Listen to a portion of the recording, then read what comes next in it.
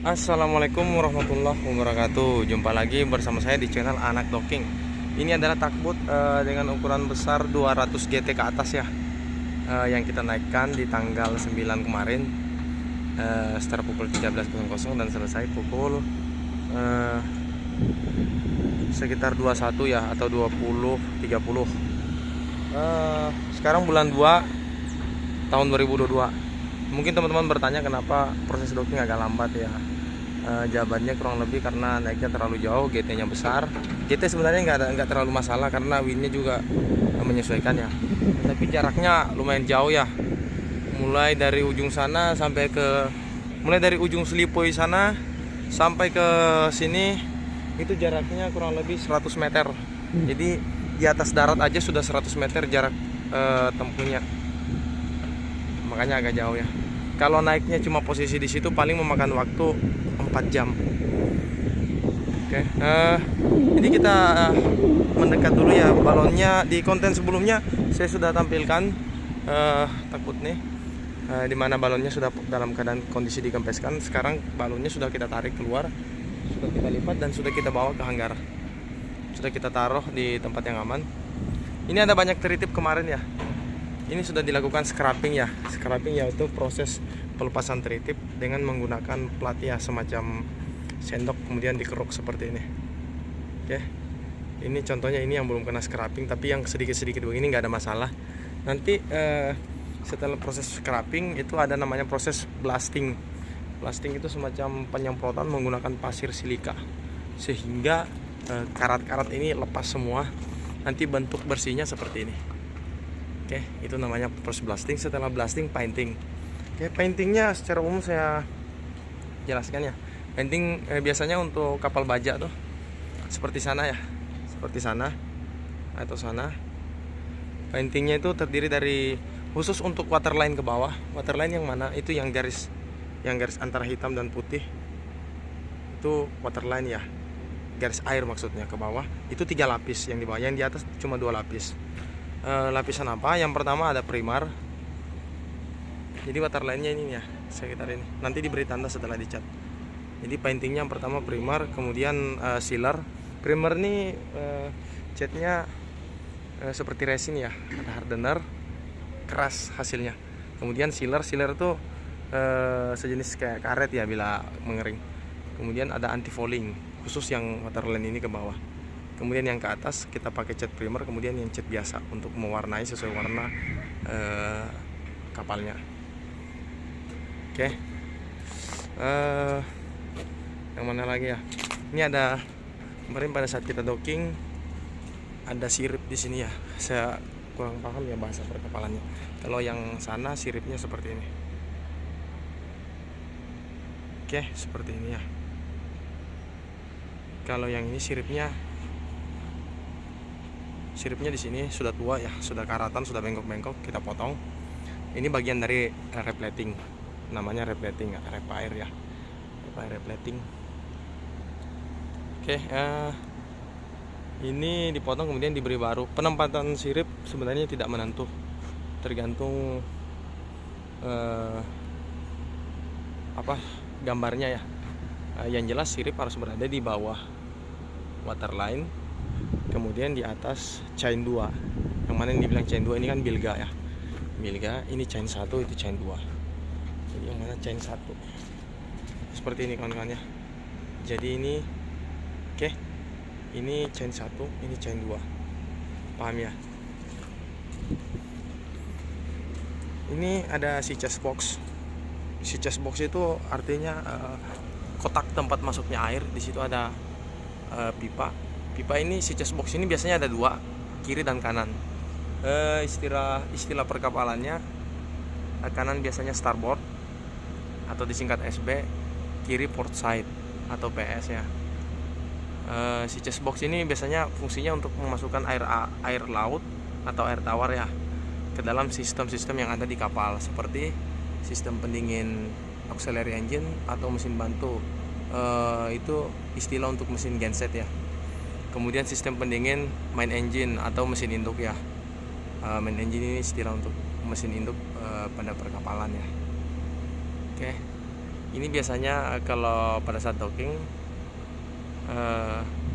ini kan ada baut ya, ini kotaknya dibuka, kemudian dibersihkan di dalam, disemprot juga, di blasting ya. Setelah itu paintingnya seperti yang tadi saya jelasin. Kemudian bautnya dilihat yang sudah karat, yang sudah kalah hadratnya dibersihkan, diganti bila perlu pergantian, kemudian ditutup kembali. Di sini ada bekas anti karat ya, bekas anti karat.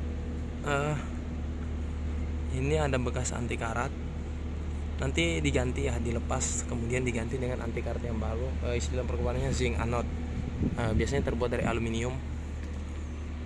Fungsinya itu untuk memperlambat proses korosi pada bodi kapal ya.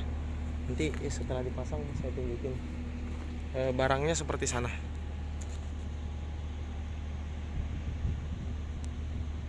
Nah, ini yang di atas stok blok yang model panjang bulat.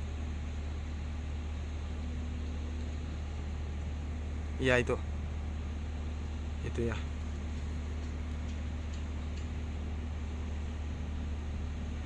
Ya ini yang di atas sirip ya, di ujung sirip, atau yang sana ya, ya yang di atas stok blok ya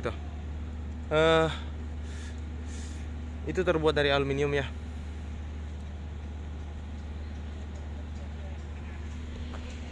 Oke, ini ada banyak ya, ada titik-titik tertentu di mana harus diberi ya. Biasanya nanti perbaikan di cuma pemasangan barunya itu kita cuma mengikuti pemasangan yang lama. Nggak mesti pasang di sini juga, kadang di sini ini dilepas, tapi kadang ini dilepas besinya kemudian dipasang baru. Oke. Kita akan mengikuti terus repair dari Takbut 200 GT ini ya sampai undocking. Oke. Biasanya yang ada di dalam Takbut itu yang diperbaiki itu biasanya sistem pemipaan atau palep-palep ya. Kadang palep-palep sudah tidak berfungsi, semua diservis, bila perlu pergantian kita ganti. Kemudian ini propellernya ada 2. Diameter propeller ini kurang lebih 2 meteran ya, satu lembar, satu propeller. Mungkin satu daun ini kurang lebih 80 cm, tengahnya 20.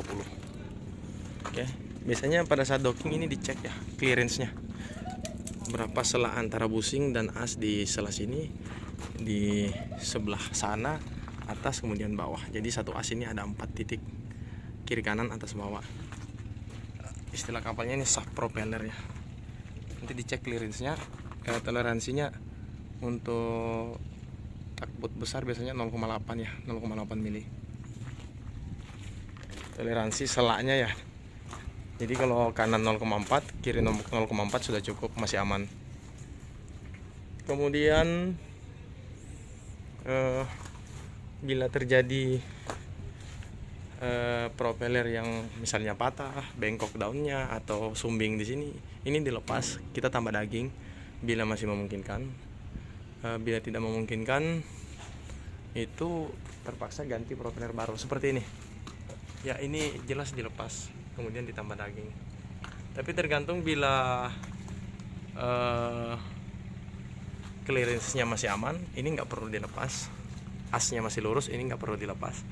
Kita perlu penambah daging cuma di sini, nggak perlu dilepas ini dan dibawa ke bengkel bobot. Pekerjaannya cuma dikerjakan di sini. Kemudian ini dan kemudi ya, dan kemudi tingginya kurang lebih 2 meter lah, dari sini sampai ke atas. Tapi biasanya yang dicek ini ya, ini batang pintal. Di sini ada kuningan di dalam, pusing kuningan. Dicek selanya ini, kalau masih press, masih kelonggarannya masih sesuai dengan toleransi, aman. Tapi bila sudah terlalu longgar, ini dilepas, busingnya dibuang, dibuka, ganti busing baru sehingga pas.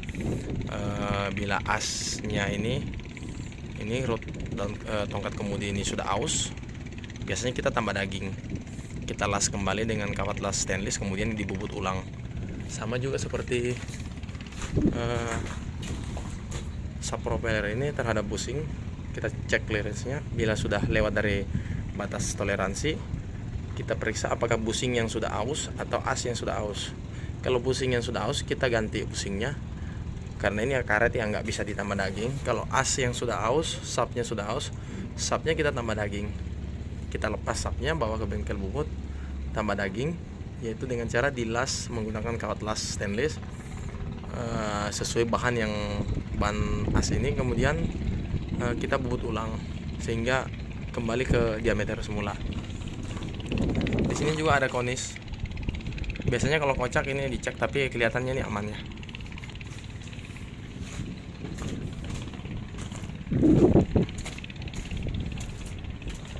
Mungkin ini daun kemudi sebelah kiri ya. Sirip sebelah kiri sudah dipotong juga. Oke. Ini dia bekasnya sudah memang dasar sudah hancur ya. Sudah parah. Oke, mungkin ini dulu yang dapat saya sampaikan.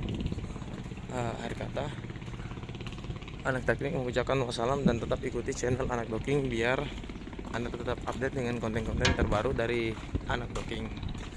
Assalamualaikum.